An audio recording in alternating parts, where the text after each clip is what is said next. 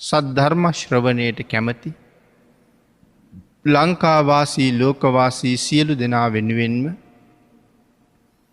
ධර්ම දේශනාව සිදු කරන්න මම යොදාගත්තේ ධම්මපද පාළියේ සඳහන් වෙන ගාථාරත්නයක්. මේ ගාථාරත්නය මුල් කරගෙන එක දේශනාවක් මීට කලින් අපි සිදු කළා.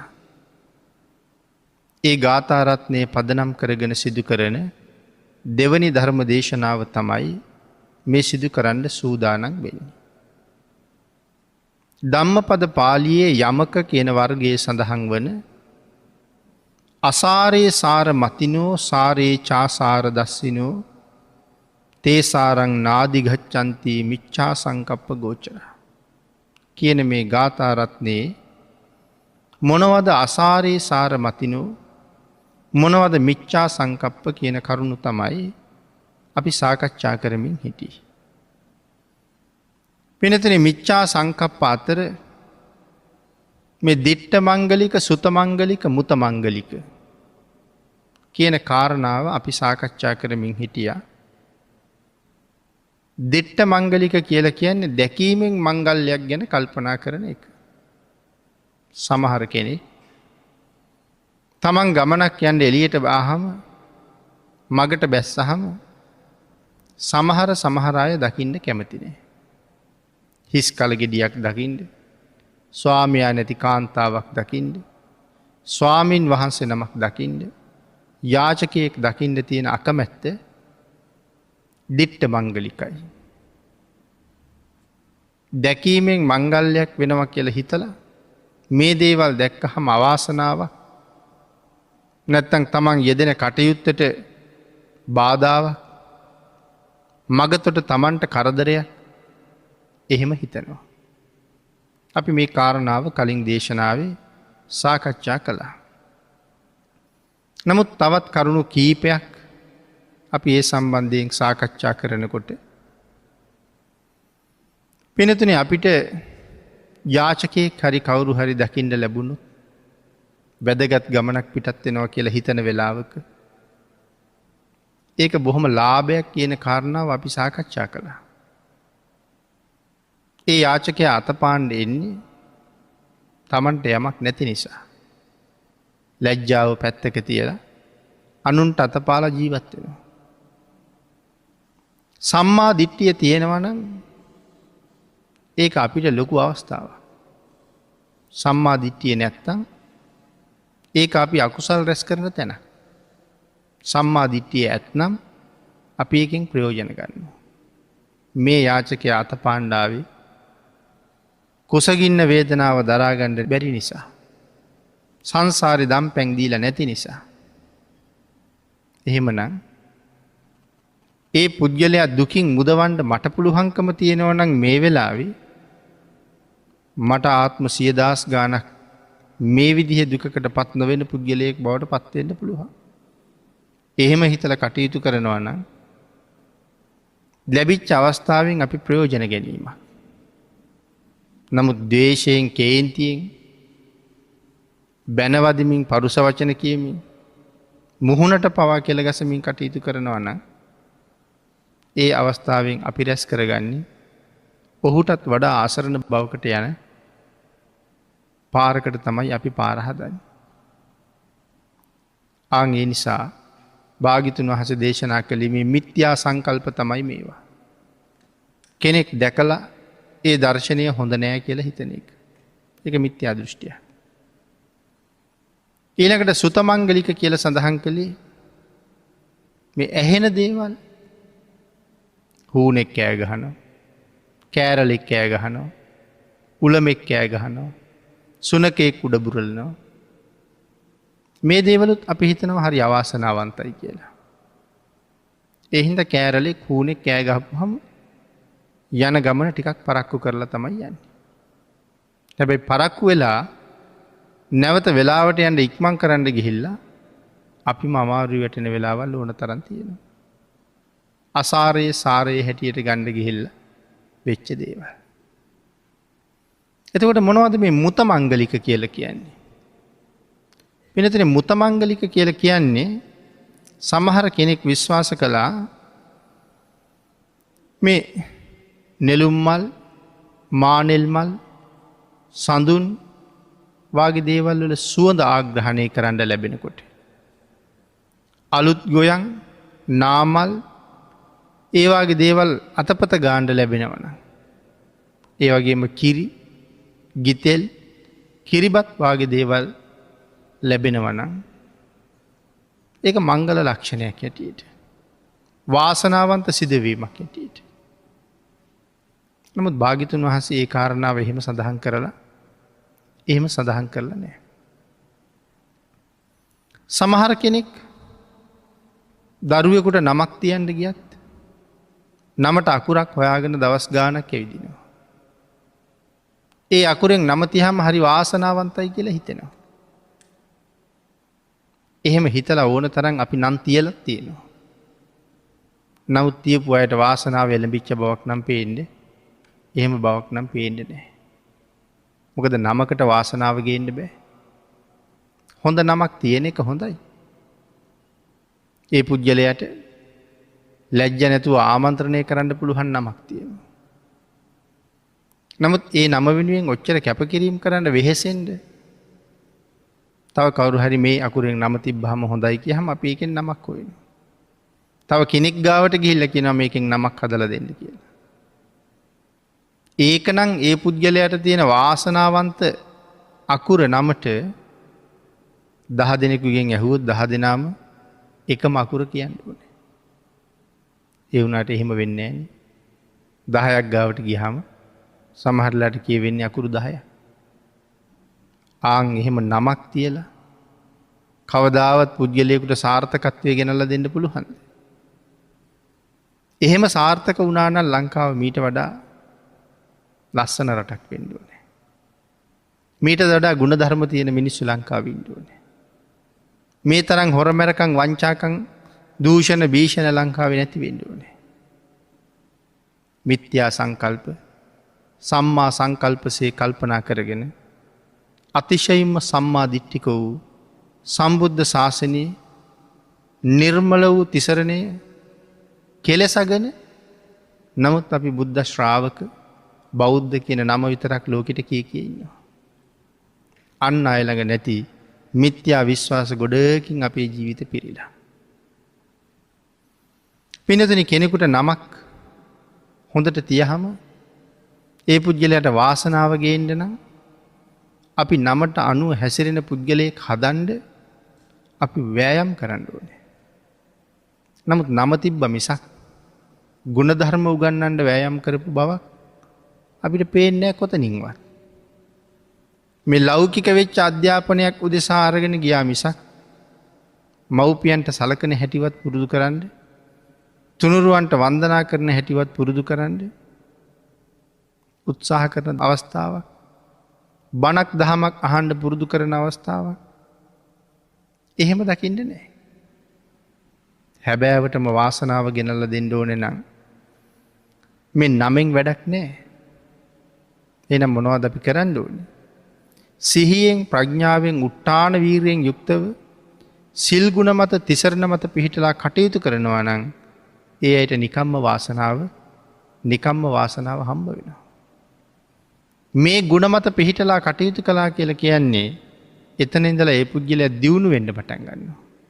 මෙලොව විතරක් නෙමෙයි පරලොවත් දියුණු වෙන්න පටන් ගන්නවා. එහෙනම් අපි සම්මාදිට්ඨිකව යන්න ඕනේ එතෙන්ට. ඊළඟට පින්නතුනි මේ කාරණාවත් එක්ක අපිට පන්සිල් වලට යන්නත් පුළුවන්. මිත්‍යා සංකල්ප. කොහොමද පන්සිල් මත අපි මිත්‍යා සංකල්ප වල පිහිටලා ඉන්නේ? පන්සිල් එක්ක මිත්‍යා සංකල්ප වලට ගිහිල්ලා. ඒ කොයි ආකාරයෙන්ද? සමහර කෙනෙක් ජීවිතේ මෙතෙක් සත්තු මරලා නැහැ.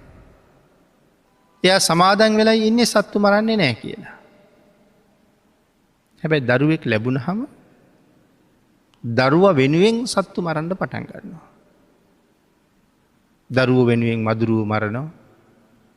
දරුවෝ වෙනුවෙන් පත්තෑයෝ කැරපොත්තු මරනවා. දරුවෝ නිසා. දරුවන්ට යහපතක් කරන්න. දරුව බේරගන්න.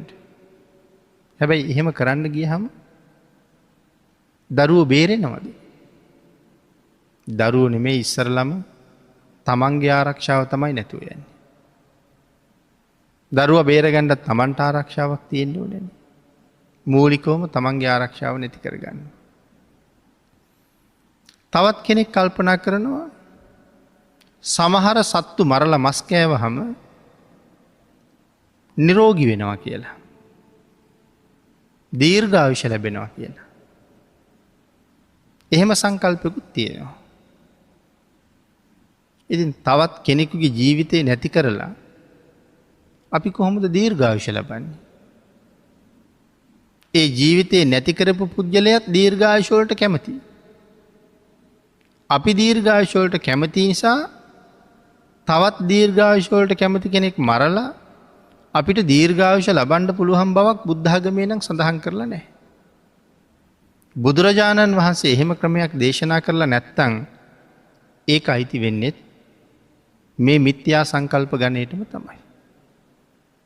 සමහර කෙනෙකුගේ විශ්වාසයක් තියෙනවා ඔය ගේ කුරුල්ලන්ගේ බිත්තර වාගේ අනුභව කරාම ඇඟ බොහොම ශක්තිමත් වෙනවා කියලා. නිරෝගිමත් වෙනවා කියලා. මොනයම්ම හරි ආහාරයක මොකක් හරි ගුණයක් තියෙනවා. සම්බෝල ටිකක් හදාගත්තත් ඒකෙත් ගුණයක් තියෙනවා. ඉතින් මේ දේවල් වල ගුණයක් නැහැ කියන එක නෙමෙයි. නමුත් ඒ දේවල් වලින් තව කෙනෙකුගේ ජීවිත විනාශ කරලා කොහොමද දීර්ඝායුෂ ලබන්නේ? කොහොමද ශක්තිමත් වෙන්නේ කියන කාරණාවයි එතන තියෙන්නේ. ඉතින් මේකට හොඳම උදාහරණයක් පැහැදිලි කරන තැනක් තමයි මහා මෝර ජාතකය. ඒක ඊටාම විචිත්‍ර දීර්ඝ කාරණාවක්. නමුත් බොහොම කෙටියෙන් සඳහන් කළොත් අපේ මහ බෝසතාණන් වහන්සේ එක අවස්ථාවක මොනර ජාතියේ ඉපදිනවා. මොනරියෙකුගේ කුසේ පිළිසිඳ ගන්නවා බිත්තරයකින් බිහි වෙන්න. ඇය එක බිත්තරයක් දාපුවහම සුදුසු කාලයේ ඒ බිත්තරේ ස්වභාවයෙන්ම බිඳිලා මොනර පැටියෙක් එළියට ආවා. හැබැයි ඒ මොනර පැටියා සාමාන්‍ය මොනරුවාගේ නෙමෙයි රන්වන් පාටයි. රන්වන් මොනරේ. බෙල්ල වටේට රන්වන් වලලු 3ක් තිබුණා කියලා සඳහන් කරනවා. පිට උඩ රන්වන් ඉරි 3ක් තිබුණා කියලා සඳහන් කරනවා. හොට අග පබළු වැටයක් වගේ තිබුණා කියලා සඳහන් කරනවා. බොහෝම ලස්සනයි. හැදිලා වැඩිලා පෝෂණය වෙලා ලොකු වෙන්න රතයක රෝදයක් වගේ කියලා කියන්නේ. ගැල් රෝදයක් වගේ ලොකුයි. මේ මොනරා එක දවසක් වතුර බොන්න ගිහිල්ලා වතුර පොකුණට නැමිලා වතුර බොනකොට තමන්ගේ ඡායාව වතුරෙන් දැක්කා. එදා තමයි දැනගත්තේ මං අනික් මොනරුන්ට වඩා හරි විශේෂයි. මං රත්තරම් පාටයි. ඒ හින්දා මට හුඟක් කරදර වැඩි වෙන්න පුළුවන් කියලා. රන්වන් මොනරෙක් නිසා. මගේ ජීවිත ආරක්ෂාව හොයාගෙන මං ඈතකට යන්න ඕනේ. එහෙම තීරණය කළා රාත්‍රී කාලයේ අනික් මොනරු ඔක්කොම නිදාගත්තාම ඒ සියලු දෙනාටම හොරෙන් හිමාලයට යනකම් පියාඹලා ගියා. පර්වත වලලු 3කට එහා පැත්තේ 4 වෙනි පර්වතයේ පාමුල ගිරි ගුහාවක ජීවත් වෙන්න තැනක් හොයාගත්තා. එතෙන්ට කිසිම සතෙකුට කුරුල්ලෙකුට කොබෙයියෙකුට එන්න බෑ. මිනිසෙකුට කොහොමවත් එන්න බෑ. ඒ හින්දා දැන් කාගෙන්වත් කරදරයක් නැහැ. නෙළුම් මලක් වාගේ ලස්සන පොකුණක් තිබුණා. ඒ ආසන්නයේ ලොකු උණුග ගහක් තිබුණා. ඒ ආසන්නයේ තව ගල් ගුහාවකුත් තිබුණා. ඔය තැන් ඇසුරු කරගෙන මේ මොනරා ජීවත් වෙනවා. උදේට තමන්ගේ ගුහාවෙන් එළියට ඇවිල්ලා ගල් තලාව උඩ හිටගෙන පූර්ව දිහා බලාගෙන ඉර පායන දිහාව බලාගෙන මේ මොනර ආරක්ෂක පිරිතක් කියනවා. අහල තියෙනව නේද මෝර පිරිත. උදේතයන් චක්කුමා ඒක රාජා හරීස වන්නෝ පටවිප්ප භාසු මේ ආදි වශයෙන් උදේට ඉර පායන දිහා බලල මේ පිරිත කියනවා. හවසට ඉර බැහැගෙන යනකොට අපරදිග දිහාව බලාගෙන අපේ තයන් චක්කුමා ඒක රාජා හරිස්ස වන්නෝ පටවිප්ප භාසු තංතං නමස්සාමි හරිස්ස වන්නන් පටවිප්ප භාසං තයජ්ජගුත්තා විහරේ මුරත්ති. ඒ බ්‍රාහ්මනා වේදගූ සබ්බ දම්මේ තේ මේ නමෝතේච මම්පාලයන්තු නමත්තු බුද්ධානං නමත්තු බෝධයා නමෝ විමුක්තානං නමෝ විමුක්තිය. මේ ගාථා දෙක හවසට කියනවා. උදේට කියන ගාථා දෙක උදේට කියනවා. තමන්ගේ ආරක්ෂාව හදාගන්නවා. මෝර පිරිත උදේ හවස භාවිතා කරනවන කිසිම හොරෙකුගෙන් හතුරෙකුගෙන් කරදරයක් නෑ කියල දේශනා කරලා තියෙන එකයි. මේ මොනර මෙහෙම ජීවත් වුණා තනියම වෙන කවුරුවත් නෑ. රජ්ජුරුවන්ගේ රජබිසව එක දවසක් හීනයක් දැක්කා. ඇයට හීනෙන් රන්වන් මොනරෙක් බණ කීවා. රජබිසව බොහෝම ශ්‍රද්ධාවෙන් සාධකාර පවත්ත බණ ඇහුවා. හදිසිය ඇයට ඇහැරුණා. අවදි වුණ හම දැනගත්ත ඒක හීනයක් කියලා. හැබැයි ඇය කල්පනා කළා එහෙම මොනරු ඇති කියලා. එහෙම මොනරෙක් ගෙනත් දෙන්න කියලා රජ්ජිරුවන්ට කියහම එහෙම අය දැකලා නැතිහින්ද රජ්ජිරුව මේක ඒ තරන් සලකන එකක් නෑ. හැබැයි මට දොළදුකක් තියෙනවා කියලා කිව්වොත් රජ්ජුරුව ඒකට විශේෂයෙන් සලකයි කියලා හිතුණා. රජ්ජුරුව ඇහුව එක දවසක් මොකද මේ කනස්සල්ලෙන් අසනීපෙන්වාගේ. ස්වාමීනි මට දොළදුකක් තියෙනවා. මට රන්වන් මොනරෙකුගෙන් බණ අහන්න ඕන කිව්වා. රජ්ජුරුව සඳහන් කළා ඒක කරන්න බැරි වෙයි. එහෙම මොනරු කොහෙද ඉන්න කියලා. රජබිසෝ සඳහන් කළා ස්වාමීනී ඒ මොනර හම්බුන් නැත්තං මමත් නැති වුණා කියලා හිතාගන්න කියලා. මැරුණ කියලා හිතාගන්න කිව්වා.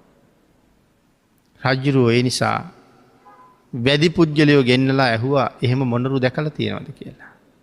නෑ කීවා. ඊළඟට බ්‍රාහ්මණවරු ගෙන්නලා ඇහුවා. ඒ අය සඳහන් කළා වතුරේ මේවාගේ රංමං අය උපදිනවා. මාළුවෝ කැස්බැව් කකුළුවෝ ජලයේ උපදිනව රන්වන් පාටට. ගොඩබිම මෝ මොනරු ඒවාගේ සත්තු මිනිස්සු රන්වන් පාටට උපදිනවා. ඒ බව බ්‍රාහ්මණ ආගමේ සඳහන් කරලා තියෙනවා කියලා ප්‍රකාශ කළා. රජ්ජුරුව කල්පනා කළා එහෙමනංතින් රන්වන් මොනරු ඉන්ඩෝනේ. රජ්ජුරුව මේ මොනර ඉන්න බව හොයාගෙන කරුණු දැනගෙන වැද්දෙකුට කතා කරලා කීවා පුළුවන්නන් ඒ මොනර අල්ලගෙන එන්න කියලා. මිනිස්සුන්ට දීර්ඝායුෂ තිබුණ කාලය. එයාට බොහෝම තෑගි බෝග දුන්න එයා මොනර අල්ලන්ට ගියාම තමන්ගේ මුළු ජීවිත කාලෙම මොනර අල්ලන්න බැරි වුණා. හිමාලිම මැරිලා ගියා. මොනර ලැබුච්චි නැති හින්දා ඒ ශෝකයෙන්ම රජ්ජුරුවන්ගේ බිසවත් මැරිලා ගියා. රජ්ජුරුව ඒකට ගොඩාක් කේන්ති ගත්ත මේවාගේ මොනරෙක් නිසා මට මගේ බිසවත් නැති වුණා කියලා. වැදි පුද්ගලයෝ 6 දෙනෙක් යව්වා මොනරල්ලන්ට. හැමෝම ගිහිල්ලා උගුලක් හදලා තියලා මොනර බැදෙනකම් බලාගෙන ඉන්නවා. අද නම් අහුවෙයි, අද නම් අහුවෙයි, අද නම් අහුවෙයි කියලා බලනවා. අවුරුද්දක් දෙකක් තුනක් ගෙවෙනවා, ජීවිත කාලෙම ගෙවිලා යනවා. හැමදාම අද අහුවේ මිසක් මොනර අහුවෙන්නේ නැහැ. මොකද්ද මේ හේතුව? මේ මොනර හරි සිල්වත්. ඒ වගේම උදේ හවස එයාගේ ආරක්ෂාව හදාගන්නවා. කාටවත් බෑ ඒ ආරක්ෂක වලල්ල බිඳින්න. මේ අපිටත් හරි වටිනාව පින්නතුනි. 7 වෙනි වැද්දෙකුත් යව්වා. දැන් රජ්ජුරුවොත් මැරිලා. දැන් රජ්ජුරුවන්ට බිසවත් නැතුව ගියානේ. හැබැයි මොනරයක හොඳටම තරහෙන් තමයි රජ්ජුරුවොත් මැරුණේ. රජ්ජුරුවෝ රත්තරම් පතක් අරගෙන ඒකේ ලීවා රන්වන් මොනරෙකුගේ මස් කෑවොත් අමරණීය වෙනවා කියලා. ඉස්සරහට රජ වෙන රජවරු හරි මේ රම් පත්‍රිකාව දැකලා මේ රන්වන් මොනර මරවන්නයි මේ හදන්නේ. කේන්තිය නිසා. රම් පත්‍රයක ලියලා වටිනා මංජුසාවක බහලා තිබ්බා. දැන් ඒතකොට රම් පත්‍රයක ලියලා තියෙන වටිනා කාරණාවක් නේ. ඒ හින්දා පහළ වෙන රජවරුත් හිතුවා එහෙම මොනරුගේ මස් කෑවොත් අපි මැරෙන්නේ නැති වෙයි කියලා. ඒ හින්දා හැමෝම උත්සාහ කළා මොනර අල්ලන්න. 7 වෙනි රාජ පරම්පරාවෙන් බැද්දෙක් පිටත් කරලා ඇරියයිත්. දැන් අවුරුදු 700ක්. ඒකයි මං කිය මිනිස්සුගේ දීර්ඝායුෂ කාලයක් කියලා. ඒ වැද්දත් ගිහිල්ලා 7 අවුරුද්දක් බලාගෙන හිටියා. හැමදාම උගුල හදනවා මොනර අහුවෙන්නේ නැහැ. හැබැයි මේ වැද්දා විශේෂයෙන් පරීක්ෂාකාරී වුණා. ඇයි මේ මොනර අල්ලන්න බැරි? ඇයි මෙයාගේ කකුලේ මද්ද පැටලෙන්නේ නැත්තේ? හොඳට විපරම් කරාම දැනගත්තා මේ මොනර බ්‍රහ්මචාරීව හැසිරෙන කෙනෙක්. දෙන්නෙක් නෑ තනියම ඉන්නේ. එහෙනම් මං හොඳ වැඩක් කරන්න ඕනේ. එහෙම හිතලා මොනරා මේ මිනිස්සයා වැඩි පුජ්‍යලයා ආයසරයක් හිමාලයෙන් බැහැලා එලිමහනට ඇවිල්ලා සෙබඩක් අල්ලගත්තා. අල්ලගෙන ඒ සෙබඩට හොඳට පුරුදු කළා අසුරු ගහනකොට කෑ ගහන්න අත්පොලසන් දෙනකොට නටන්න. හොඳට පුරුදු කළා. පුරුදු කරලා ආයෙත් ඒ සෙබඩත් අරගෙන ගියා. මොනර උදේ පාන්දරම අවදි වෙලා වෙනද වගේම ආරක්ෂිත පිරිත කියන්නේ පූර්ව දිහා බලාගෙන පර්වතයේ මුදුනට ආවා. එයා ආරක්ෂිත පිරිත කියන්නේ ඉස්සරලා මෙයා අසුරු ගහලා අර සෙබඩ කෑ ගැස්සෙව්වා. අවුරුදු 700ක් තනියම බ්‍රහ්මචාරී ජීවිතයක් ගත කරපු මේ මොනරට අර සෙබඩගේ හඬ ඇහෙනකොට 700ක් අවුරුදු යටපත් වෙලා තිබිච්ච ක්ලේශය උත්සන්න වුණා. සෙබඩගේ හඬ ඇහිලා. ආන් එදා ඒ හඬට කොච්චර වසී වුණාද ආරක්ෂිත පිරිත කියන්න අමතක වුණා. ඒ පිරිත නොකියම සෙබඩ හොයාගෙන ආවා. ඇය හොයාගෙන ඉගිල්ලිලා ඇවිල්ලා හරියටම ඇය ළඟ පාත් වෙනකොට පාදයේ තිබ්බේ වැද්දගේ මල පුඩුවෙමයි. ඒත් එක්කම දුන්න ගැස්සිලා දැන් මොනර එල්ලෙනවා තනි කකුලින්. ඔළුව පහළට එල්ලෙනවා. හැබැයි ඉතින් මොනර දැක්කහම වැද්දට පුදුම බයක් හිතුණා. මේ වාගේ මහා සීලවන්තයෙකුගේ සිල් මම් බින්දා. මේ වාගේ කරදරයකට පත් කළා. අනේ මොහු මරලා බෑ. ලෙහෙලා යවන්න ඕනේ. හැබැයි ළඟට යන්න බයයි. මේ මොනර මෙච්චර ලොකුයි. මොහු ඇතෙක් වගේ ශක්තිමත්. මට පහර දීලා මම මරයි කියලා බය හිතුණා. බය හිතලා කල්පනා කළා මොනරගේ කකුලක් හරි කඩලා තටු ටික හරි බිඳලා ලෙහෙලා අරිනවා කැමති තැනකට යන්න. එහෙම හිතලා ඈතට ගිහිල්ලා දුනු දී ඇදලා දැන් මොනරට විදින්න ලෑස්තියි. මරන්න නම් නෙමෙයි කකුලක් හරි පියාපත් හරි කඩන්න. ඒ වෙලාවේ මොනර දැක්කා. දැකලා මොනරත් කතා කරලා කියනවා මම මරන්න හදන්නේ විශයම් හේතුවක් නිසා නම් මොන හේතුවට මම මරන්න හදනවද? ඉතින් මේ දෙන්න අතර අපූර්ව සාකච්ඡාවක් සිද්ධ වෙනවා. අන්තිමට වැද්දා කියනවා නෑ මරන්න නෙමෙයි ලෑස්තිය. නිදහස් කරන්නයි. ළඟට එන්න මට බයයි. මොනර අල්ලගත්තාම මොනර අහන්නේ දැන් මගේ මස් කණ්ඩ හදන්නේ අමරණීය වෙන්න. මස් ඇඟේ තියෙන මම මැරෙනවා නම් මැරෙන මගේ මස් කාලා කොහොමද අමරණීය වෙන්නේ? එහෙනම් මස් කන කෙනාට වඩා කවුද අමරණීය වෙන්න ඕනේ? ඉස්සරලා මස් ඇඟේ තියෙන මිනිහා අමරණීය වෙන්න එපෙයි. එහෙනම් ඉස්සරලා මොනර මැරෙන්නේ නැති කෙනෙක් වෙන්න ඕනේ. එහෙම කෙනෙකුගේ මස් කෑවොත් නම් නොමැරෙන්න පුළුවන් වෙයි. ඉතින් ඒ වාගේ අපිත් යම් යම් සත්තුන්ගේ මාංශ කොටස් අරගෙන ගිහිල්ලා දීර්ඝායුෂ ලබන්න නිරෝගී වෙන්න ශක්තිමත් වෙන්න අනුභව කරනවා. යම් යම් සත්තු මරලා ඒ මස් කොටස් ගන්නවා. නමුත් අපිට හම්බ වෙයි දෙයකින් ලාභයක්. ආන් ඒකයි කිව්වේ මිත්‍යා සංකල්ප කියලා.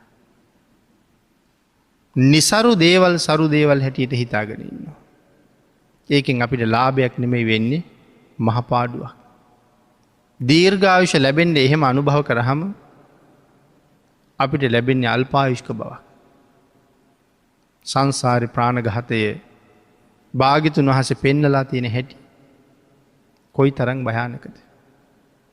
ඒ වුණාට ඒක තේරුම් නොගත්ත අපි දීර්ඝායුෂ ලබන්න ප්‍රාණඝාත කරලා පුළුවන් කියලා තමයි හිතාගෙන ඉන්නේ.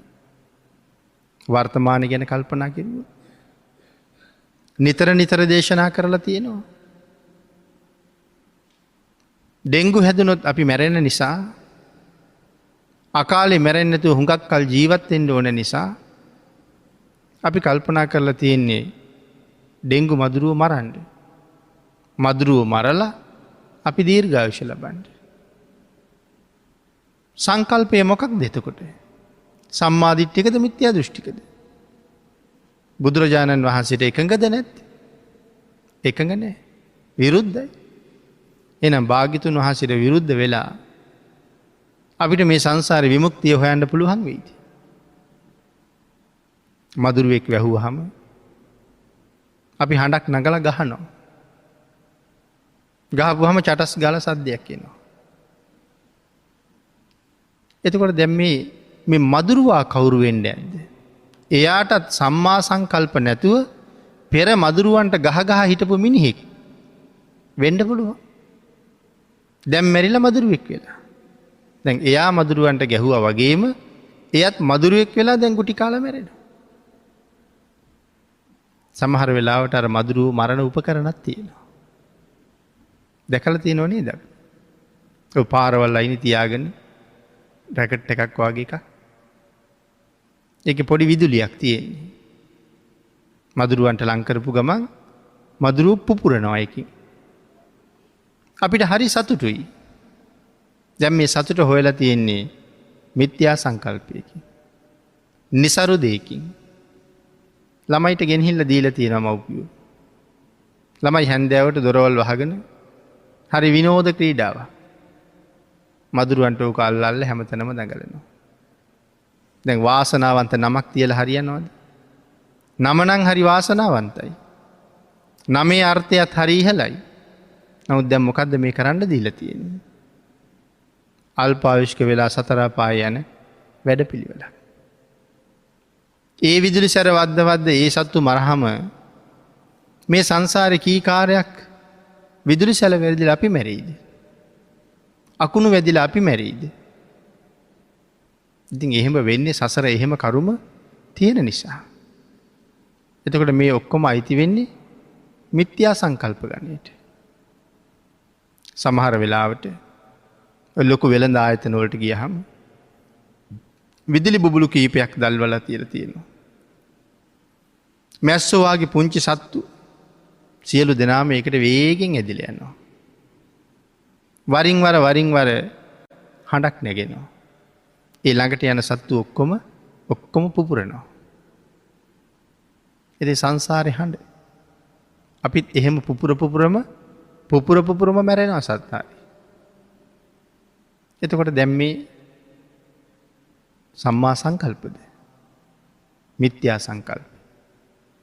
සම්මා දිට්ඨික දහමක් තුල සම්මා දිට්ඨික නොවි මිත්‍යා දෘෂ්ටික වෙවි බොහෝ අකුසල් රැස් කරන අවස්ථා තමයි මේ දකින්න තියෙන්නේ. කැත්තෙන් කොටනවා, කඩුවෙන් කොටනවා, පිහියෙන් අනිනවා, බෙඩි තියනවා, තවත් නොයෙක් දේවල් කරනවා. මේ දේවල් කරලා ප්‍රාණඝාත කරනවා කියලා කියන්නේ සෙම්ප්‍රතිශ්‍යාවේ ඉඳලා පිළිකාව දක්වා අත්තිකාරම් බඳිනවා. මටත් අනාගතේ මෙහෙම වෙන්න ඕනේ. අපි කලින්ම මුදල් බඳලා වෙන් කරගන්න ඕනේ අහවල් දේවල් අපිට ඕන කියලා. ඒ වාගේ වෙන් කිරිල්ලක් මේ කරන්නේ. ප්‍රාණඝාතයෙන් සෙම්ප්‍රතිශ්‍යාව කියන පල්හැම රෝගේ ඉඳලා පිළිකාව කියන උසස්ම රෝගය දක්වා යනකං අපිට පාර හදාගන්න පුළුවන්. ඒකයි මං කියේ මේ අත්තිකාරම බඳින්න කියලා. එහෙම අකමැති නම් අපිට එහෙම සංසාරේ නොවෙන්න ඕනේ නම් අපි කරන්න ඕනේ ප්‍රාණඝාතයෙන් වළකින එක. එහෙනම් මිත්‍යා සංකල්ප අපි ගාව හරියට තියෙනවා. ඒ නිසා ප්‍රාණඝාත කරනවා. භාග්‍යතුන් වහන්සේ අගය කරන දේවල් නෙමෙයි. මිත්‍යා සංකල්ප. නමුත් අපි හිතාගෙන ඉන්නේ මිත්‍යා සංකල්ප සරුයි කියලා. එහෙනම් මේ ගාථා රත්නයත් එක්ක මෙවන් කාරණා බොහෝසේ පිණුතුනි සාකච්ඡා කරන්න තියෙනවා. එතකොට හොරකම පිළිබඳව අපි කල්පනා කරාම ඒ සම්බන්ධයෙන් තියෙන මිත්‍යා සංකල්ප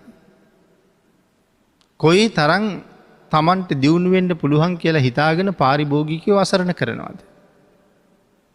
ඊටාම ලාභ බඩු බාහිර ආදිය ගෙනල්ලා පාරිභෝගිකයා රවට්ටලා හුඟක් වටිනා බඩු බාහිර ආදිය හැටියට විකුණනවා. ඊටාම පහත් ආහාර පාන බොහොම උසස් ආහාර පාන හැටියට විකුණනවා. ප්‍රමිතියෙන් ඊටාම අඩු බෙහෙත් වර්ග ගෙනල්ලා පාරිභෝගිකයා රවටලා නොදන්න අහිංසක මිනිස්සු රවටලා වංචනික විදිහට ඒ බෙහෙත් වැඩි මුදලට විකුණලා Tamanට දියුණු වෙන්න පුළුවන් කියලා හිතනවා. ඒ දියුණුව හොඳයි කියලා කල්පනා කරනවා. කාලේ ඉක්ුත් වෙච්ච ආහාර පාන ලේබල් වෙනස් කරලා විකුණලා හුඟක් ලාභ ලබන්න කල්පනා කරනවා. එයාලට හිතෙනවා ඒගොල්ලන්ට හුඟක් ලාභ හම්බ වෙනවා කියලා. ඒගොල්ලෝ දියුණු වෙනවා කියලා. නමුත් එහෙම වැඩ කරාම වේගෙන් දියුණු වෙනවා. ඇයි අහකට දාන්න තියෙන ඒ වගේ මුදල් උපයලා තියෙන්නේ. හැබැයි ඒක විපාක